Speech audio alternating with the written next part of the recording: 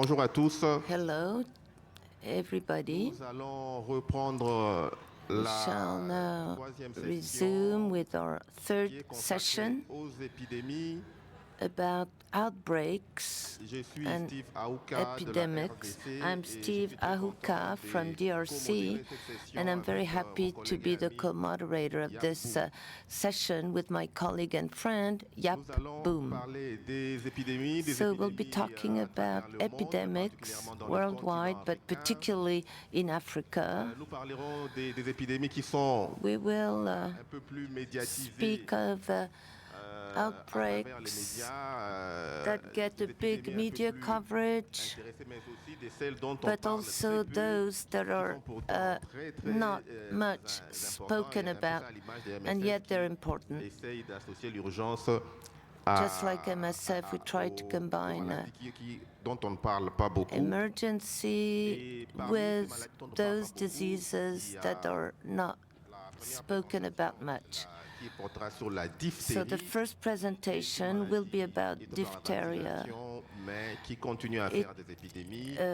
There are vaccines, but still there are diphtheria outbreaks. But they don't get a big media coverage. Jonathan Polonsky will give us the latest update about diphtheria outbreaks in Nigeria. Jonathan is a great epidemiologist, 20 years of experience in infectious diseases and humanitarian health information, including rapid assessment, surveillance, and outbreak response.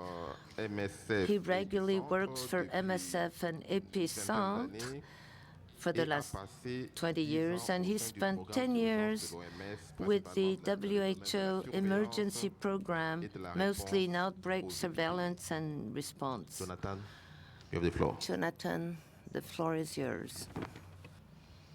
Good morning, everybody. I'm here to talk about two studies that we've done. In total, it's a retrospective study of the diphtheria outbreak that occurred throughout West Africa, but specifically in Kano State in Nigeria from 2023 to 2024. So, since 2023, there's been a multi-country diphtheria outbreak in many countries in West Africa, including Nigeria, Guinea, Niger, Cameroon, and Gabon. Nigeria has been the worst affected, with approximately 26,000 confirmed cases across 26 states from January 2023 through to March of this year. Kano State has been the epicenter within Nigeria, with over 18,000 confirmed cases and 850 deaths.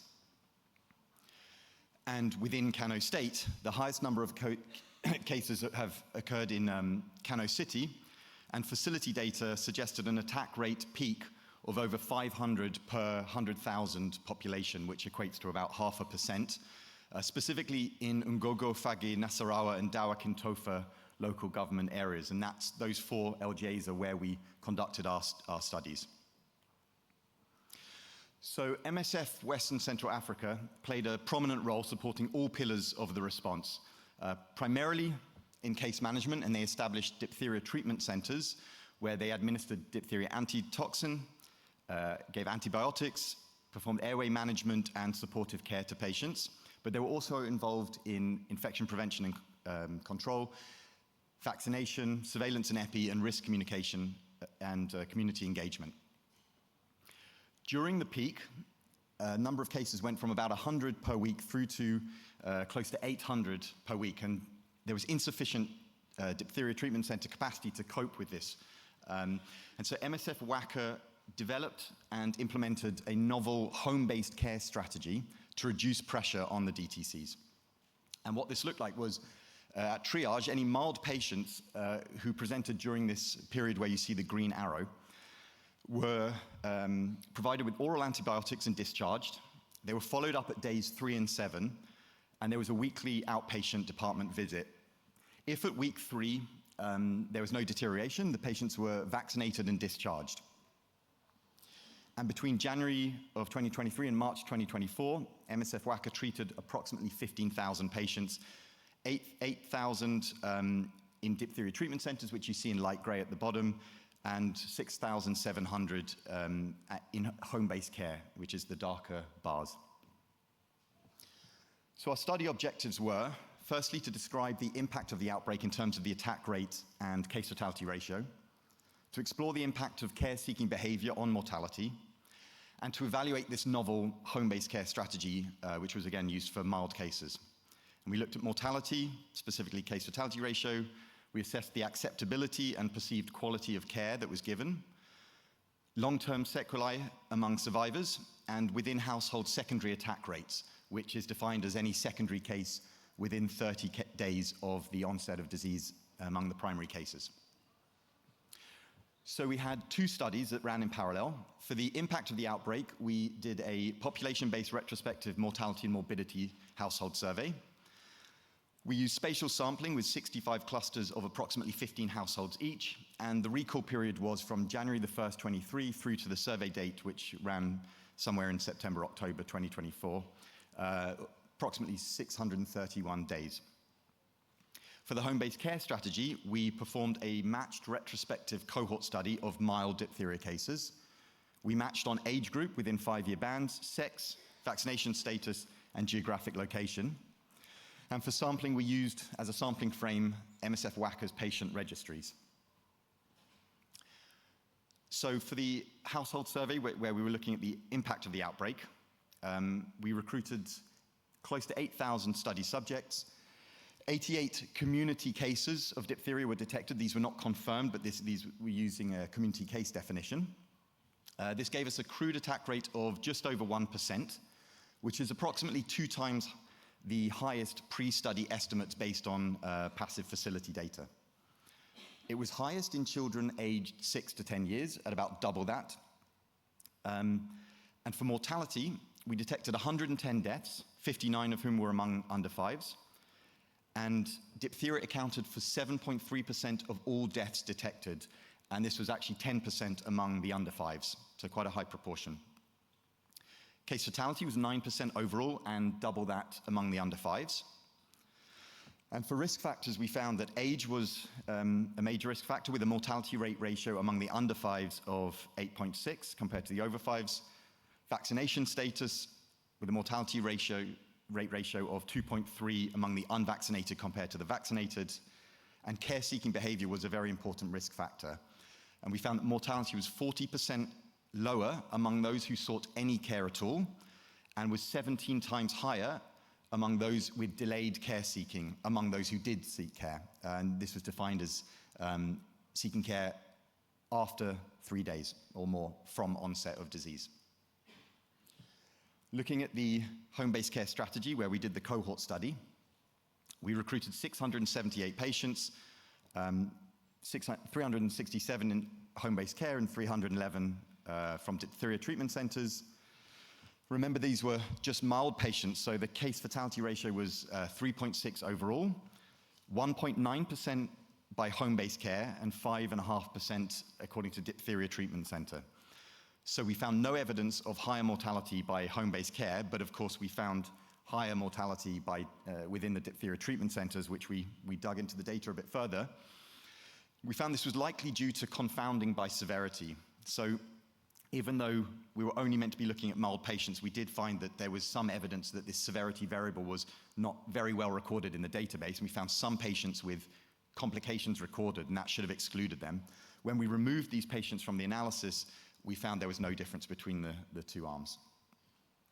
There's very high acceptability. Out of an average score out of 5, it was 4.7 by home-based care, 4.8 diphtheria treatment center, so very high in both groups. For long-term sequelae, 2.1% overall. It was mostly minor or short-term, no difference by treatment group, but it was strongly associated with complications, with an odds ratio of 30 among those who had complications. And again, secondary attack rate was 4.2% overall, so 4.2% of close household contacts of primary cases became secondary cases themselves. There was weak evidence of a higher secondary attack rate in diphtheria treatment centers at 1.5, the secondary attack rate ratio, but it was much higher, again, among patients with complications, so a secondary attack rate ratio of 6.1. So this was a high-impact epidemic with a high attack rate affecting up to 2% of the population in the worst affected areas. And this was between 2 and 4 times higher than the facility data implied. And this suggests that there was a large number of undetected community cases that never presented at facilities. Diphtheria accounted for a substantial proportion of all-cause mortality, and there was high case fatality ratio, particularly among the under 5s. We also found that early care seeking was strongly protective against mortality. Care seeking at all, but specifically early care seeking. And for the home-based care strategy, we found no evidence of worse outcomes in home-based care compared to DTCs in terms of mortality, sequelae, or secondary attack rate, and both were equally well accepted. So again, this was a high-impact epidemic with high attack rate and mortality. A relatively small proportion of cases were passively detected through facilities, and this suggests a need to reinforce community surveillance, including active case finding and contact tracing, and early care pathways to ensure earlier and greater treatment coverage, and therefore better outcomes for the patients. And in conclusion, we found that home-based care can be a safe, effective, and acceptable strategy for mild cases in outbreak settings where there's limited bed capacity, noting that most diphtheria cases are non-severe and would be appropriate for home management, and home-based care has the potential to increase access to healthcare and shorten treatment delays. And I'd just like to end by thanking and acknowledging the work of colleagues in the field, in particular staff at MSF West and Central Africa, Suleiman Hudu and Khadija Utman in Kano, and Frank Allais in Abidjan, but also our colleagues at the Kano State Ministry of Health, Nigeria CDC, and Etienne at Epicentre. Thank you very much. Thank you so much, John, for the great presentations. Good morning, everyone. So thank you, Claudia and the team, for giving me the privilege to moderate this session.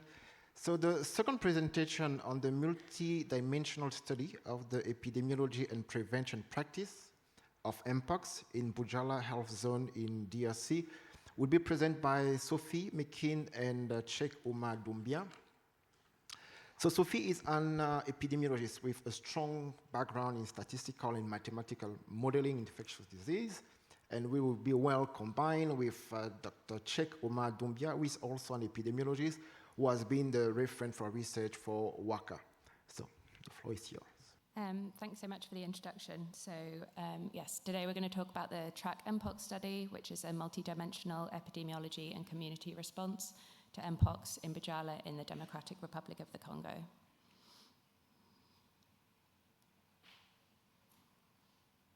Okay. So as I'm sure many of you are all aware, MPOX is a viral zoonotic disease which has a very high burden in the DRC. There are 2 subclades currently circulating in the country. Clade 1A, which is endemic in many central and western provinces, and new clade 1B, which emerged in September 2023, and has since caused widespread outbreaks in the east of the country in many previously unaffected regions. So while MPOX is certainly not new to the country, there has been a year-on-year increase in the number of reported cases in recent years, from approximately 14,000 suspected cases in 2023 to more than 40,000 suspected cases in 2024. Soudan province, which is in the north-west of the country where clade 1A is endemic, is among the top 5 most affected provinces in the country. So in June 2024, MSF West and Central Africa launched an emergency response in Budjala Health Zone, which was the epicenter of the outbreak in Soudan province. And support there included case management, epidemiological surveillance, and operational research.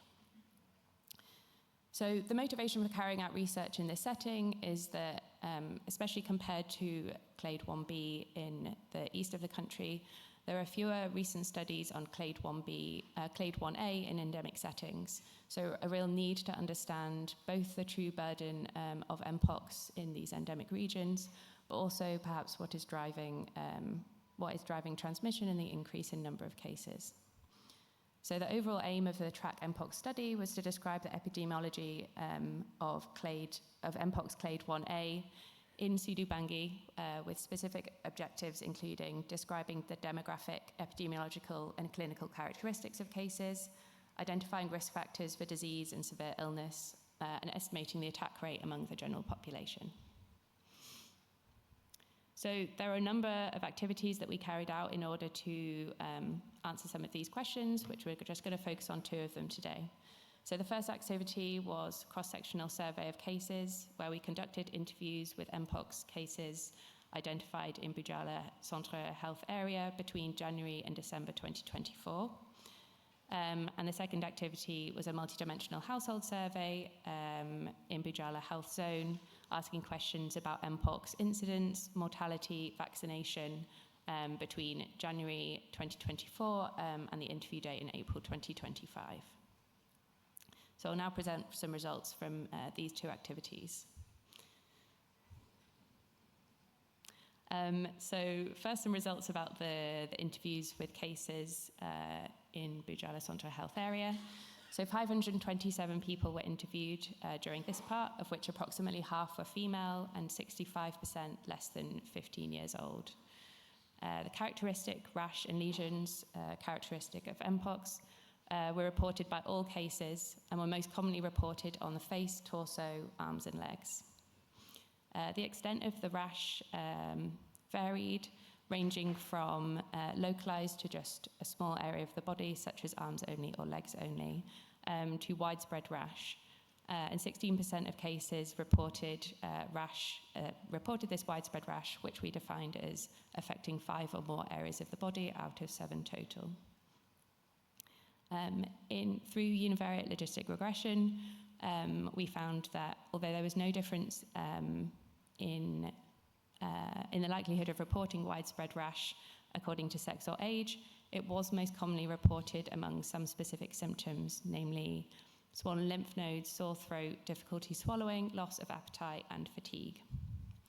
In terms of severity, 17% of cases were hospitalized with a median length of stay of 8 days, and this was significantly more likely among people who reported these widespread lesions. 4 individuals reported long-term ocular complications, although no deaths were reported among this particular population. Finally, in terms of transmission, 42 cases, or 8%, reported at least 1 or more additional cases in their household, and children less than 5 years were much more likely than adults to report illness when in a household with another MPOX case. I will now present the data from our household survey. We surveyed a total of 1,438 households, reaching all the 17 health area of Budjala Health Zone, with a very few refusal rate. Most of the households were large, averaging about 6 people per household. The most occupation reported during this survey was farming. From an epidemiological standpoint, we have an overall attack rate of 2.0% in the household, in the health zone, and with a high transmission in the northern part of the health zone. Household size played a role in the transmission. Among all of the MPOX cases we found during this interview, nearly 80% of them live in the household with a size above 5 individuals per household. So we also found that children under 15 years old represent 2/3 of all the MPOX cases found in the survey. Also, we noticed that there was a vaccination campaign which was organized by the Minister of Health to control MPOX disease. So this vaccination include MVA-BN vaccine and targeted individual above 18 years old, and also the high-risk population, including healthcare workers, the contact of cases. So we found that the coverage of this vaccination was only 17% in all the health zone. So from January 2024 to the interview dates, as a recall period, we found a crude mortality rate of 2.1 per 10,000 per day per person. So also we try to investigate about the number of cases. So we found that only 4 deaths in this study among MPOX cases, which is corresponding to 2.1% of case fatality rate. While analyzing for the risk factor closely, we found that the strong predictor of MPOX in this population was having another MPOX in the household. This this population have a 7 times order ratio, increased order of order ratio compared to those who don't have any MPOX case in their household. So also age matter. Individual above 15 years old had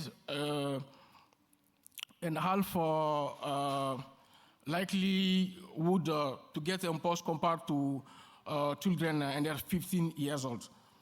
So also we found that the crowding of households also was associated with MPOX, specifically people living in a household with the size above 5 have 70% increase order for MPOX compared to those living in smaller household.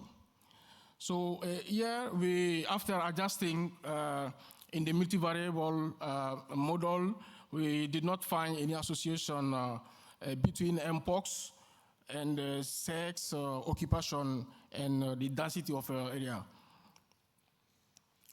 So to conclude these 2 pillars of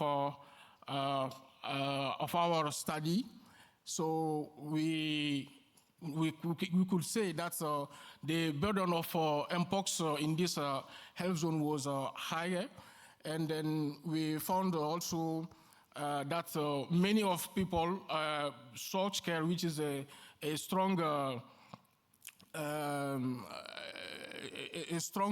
indicator for community responsiveness and also for care-seeking behavior. This is a good indicator which you'll find. Only 17% of individuals who went to hospital got hospitalized during this survey. And then we realized also that the main risk factor for MPOX are age and the size of household. So which are the main driver of MPOX transmission in this community. So we would like to thank all our collaborator partners from MSF WaCA, from Epicentre and University of Kinshasa, and the Minister of Health with the DPS, Division Provinciale de la Santé de Sud-Ubangi. Thank you all for your attention. Thank you, Sophie. Thank you, Cheick. So I believe that we have 10 more minutes. We started a bit late. So as you know, we are dealing with multiple MPOX outbreaks. So this was mainly the one due to the clade 1A, and when we move to the next presentation, that will be done by Isidro on the MPOX clade 1B epidemiologic highlight from the Uvira outbreak in South Kivu, DRC. Good morning, and thank you for the presentation. I'll try to be very quick. As Sophie and Cheick have already provided an epidemiological overview of MPOX in DRC, I will dive directly into this very brief presentation, which is about the epidemiological highlights from this MPOX clade 1B outbreak in Uvira, in DRC.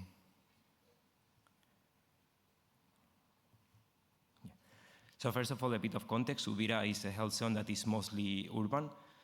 400,000 people live in that health zone, most of them in the city.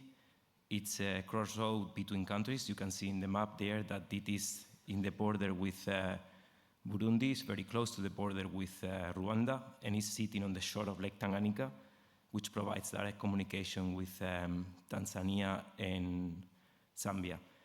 It's a conflict-affected area. There are many IDPs and refugees living in the city of Uvira. Very important as well, Kamituga, which is the first area where the clade 1B was identified, is also in South Kivu, so it's relatively close to Uvira. The first cases of MPOX were reported at the beginning of May 2024, and MSF WaCA started supporting response activities in June 2024 until March 2025. In terms of methods, we used the MOH case definition. We included all the cases who visited our supported facilities. Samples were tested with qPCR. We used MSF line list to collect data, and we calculated frequencies and percentages for the main indicators. So now, for main indicators, we saw 4,614 cases. 20% of all of them were tested. Among those tested, 60% were positive, so we had a positivity rate of 60. The median between symptom onset and presentation was 4 days. 28% of all cases visiting the facilities were admitted. For those cases admitted, the median length of stay was 5 days. We had a total of 8 deaths, which brings us to a case fatality rate of 0.2%. And very important, 5 out of these 8 deaths were in children under 1 year. So this is a case fatality rate for that group of 1%. In terms of weekly trends, we can see in this P curve here that the number of cases remain very high for many weeks. Also interesting, the OPD, the percentage of OPD cases increased a bit over time. As we speak, they're still seeing cases in Uvira, around 30-20 cases per week, but MSF handed over activities at the end of March, as I said. In terms of age and sex, in this pyramid, we can see that the most affected age group was children. Under 15 years old were 62% of all cases. Under 5 years old, were like 33% of cases. Just to put into context, there are 17% of children under 5 years in the overall population of Uvira. So this is almost that figure, almost double that figure. Very interesting as well is the change in the percentage of under 15 years over time. We can see that the most affected age group changed from adults to children within a few weeks. At the beginning, most of the cases were adults, sex workers, traders, business people with recent history of travel, but that changed to children. That makes us think that the way the disease arrived into Uvira was via sexual transmission, but then this changed and the disease established itself in Uvira via non-sexual transmission. And on that line, we can see that the most reported type of contact was indirect contact, meaning that the person was in close proximity, but without having physical contact with the case, followed by physical contact. And sexual contact was reported by very few cases. Also very interesting that the most reported location of contact was the household. At this point, we have to keep in mind that one of the distinctive characteristics of the clade 1B is that transmission is exclusively from human to human, as opposed to 1A, where zoonotic transmission plays a very important role. We thought at the beginning, or the reports were saying that the most important transmission for 1B was sexual transmission, but that's not what we saw overall here in Uvira. So in conclusion, this was an analysis from a large case series of MPOX patients infected with the novel 1B clade.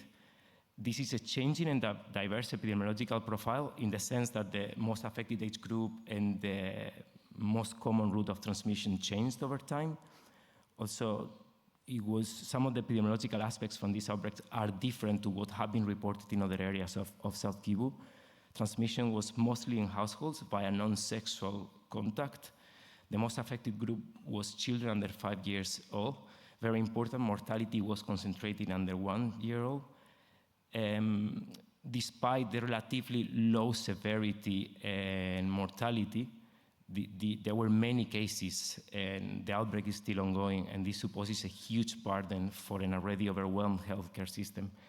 And with that, I finish. I would like to acknowledge all the colleagues from different institutions who participated in this piece of work, especially Elvis and Steph, who were the project epidemiologists who did most of this work, but they cannot be here presenting today.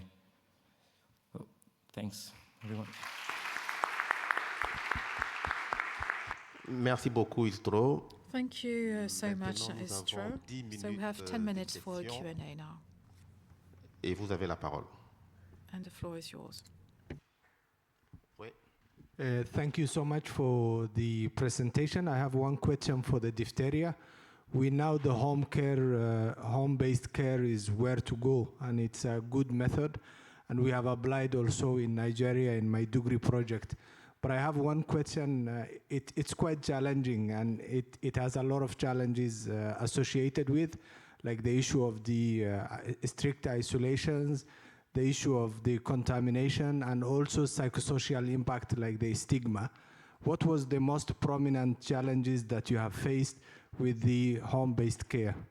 Thank you. In Kano. Merci. And my name is Abdul Wahab Mohammed. I'm the medico for Pakistan. Thank you. Okay. On prend une série de 3 questions. So we'll have 3 questions. Gérer les temps. Une autre question. First, and then we'll answer them. I've got a question. So mine is on the second presentation about MPOX 1A. I was wondering if for risk factors you looked at like routes of transmission, specifically animal contact, especially for kids, and then which type of animals, if you did. Troisième question. Third question from someone in the room before we move on to the questions asked online. So one last question, maybe? On répond aux 2 premières questions. So if not, we'll answer the first 2 questions. En ligne, oui. Oh, we have a question online. So there is one question from Tambe Elvis. Thanks for the excellent presentation. Question on diphtheria in Nigeria. What was the DPT vaccination status among cases and its impact on outcome? You mentioned higher CFR in non-MMR vaccinated children. Was vaccinated, in bracket, defined as 2 MMR doses? Okay. Thank you. Okay. First question, thank you very much. And it's interesting, it's great to hear that it's been considered in other settings as well, home-based care. I was not there. I mean, it's a shame not to have somebody from WaCA able to respond directly who had experience in Kano. But from what I understand, it was exactly the elements that you raised. A lot of challenges with the infection prevention control within a household. And as we saw, there was some secondary transmission within households. And that was one of the major concerns. And so it was a big relief to find that there was actually no difference between that and the diphtheria treatment center. And also, as you said, the impact on mental health and psychosocial, the burden from that was enormous in the population, primarily among, of course, family members who lost loved ones. And we had some awful stories told to us. But I think the main takeaway is this was the first time it's been implemented. It was very novel and innovative, and it was answering to a major constraint that the team were facing. And I think iteratively we can improve and we can learn from that experience. I don't think it was by any means perfect, these aspects that you highlighted, but I think it gives us a lot of encouragement that we weren't on the wrong track by going down this route. And the second question was on the vaccination. I didn't fully get it.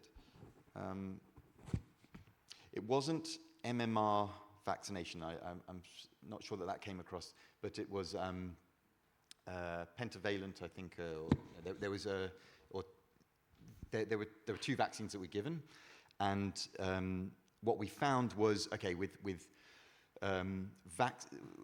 the odds of mortality among vaccinated was much, much lower, but then we did find some sort of slightly confusing results when you looked at the odds of being a case, and there was clearly some confounding based on the timing of the vaccination, because as you saw, the protocol was that patients were vaccinated on discharge, and capturing that variable, the timing of the vaccination, was a little bit complicated in the survey. So there was some confounding, and sometimes it actually looked like vaccination led to a higher odds of being a case, which obviously we don't believe to be a correct finding. So I'll respond to the question about animal contact. So we did ask in all the components of the study, we did ask some questions about contact with animals. For the two parts that we showed here, so A, which was the first part, which is the interviews, we did ask some questions, somewhat limited by the fact that these interviews obviously happened quite a long time after the exposure sort of might have happened, and is also self-reporting, and similar for C. The part that we didn't talk about today, where we sort of prospectively enrolled new cases and followed up with them in their households and asked similar questions. Analysis is still ongoing for that, so we're hoping that will perhaps have some more complete or more reliable information. So kind of wait and see.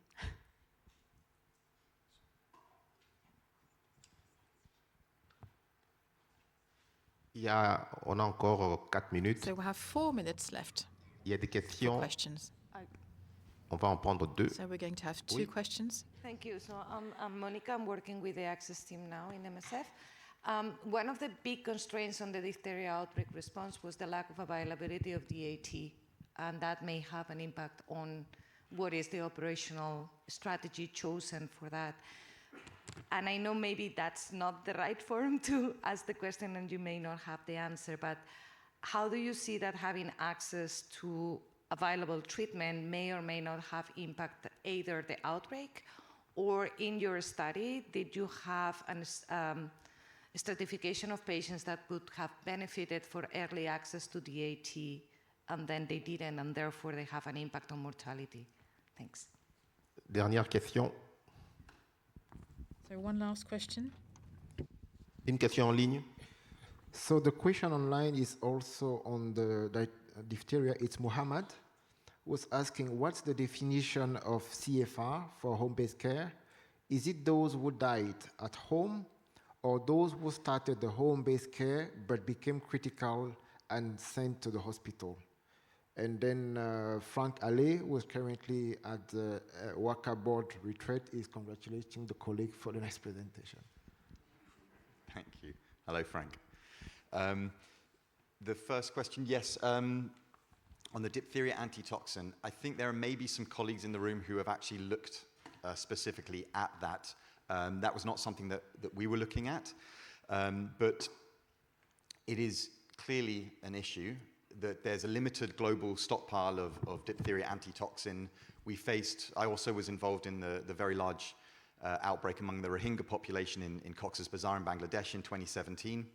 And that was one of the major constraints, and one of the major tasks as epidemiologists was to forecast, and I think Flavio also was very involved in that at the London School, forecasting the requirements, because that is a really difficult thing, because as you saw, Nigeria was one outbreak out of at least 5, and in fact there were also outbreaks ongoing in other countries as well. The same was true in Bangladesh. There were at least 4 very large outbreaks, and you're kind of competing when you're ordering. And in fact, I think there was some evidence that there was even some withholding of DAT, even when even when it was in hand, because just in case you see more severe patients later on.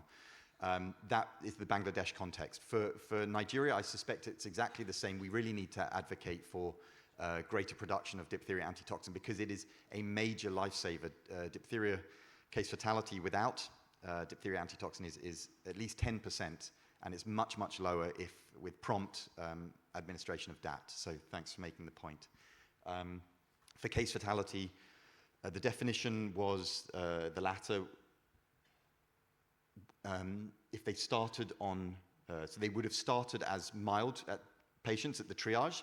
If they then became a severe patient, they were included initially as mild.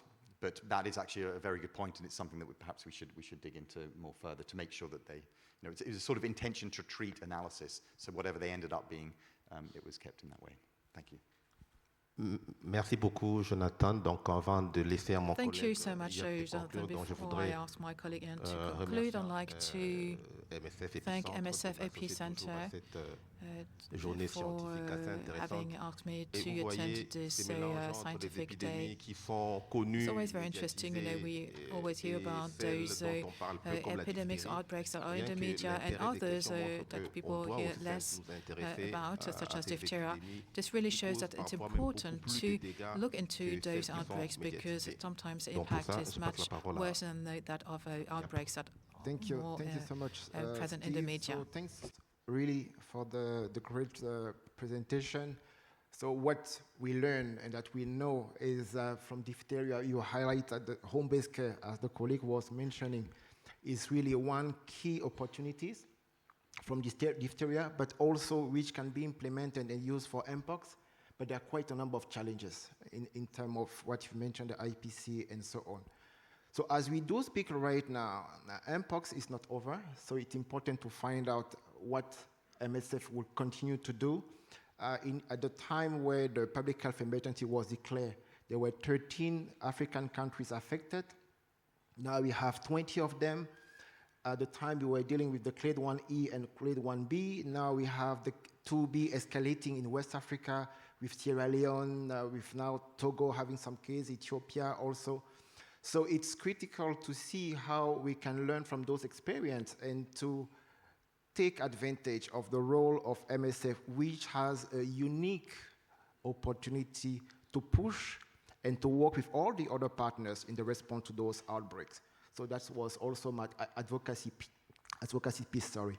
And at this point of time, we lack vaccine. It has not been mentioned during the presentation, but currently the country are in need of vaccine. The need is around 6.4 million doses of vaccine by the end of August. Currently, as we do speak, there is none that is available, nor funded, so it's also an opportunity to make that advocacy. So thank you again for the invitation, and then we can clap for our speakers. Thank you.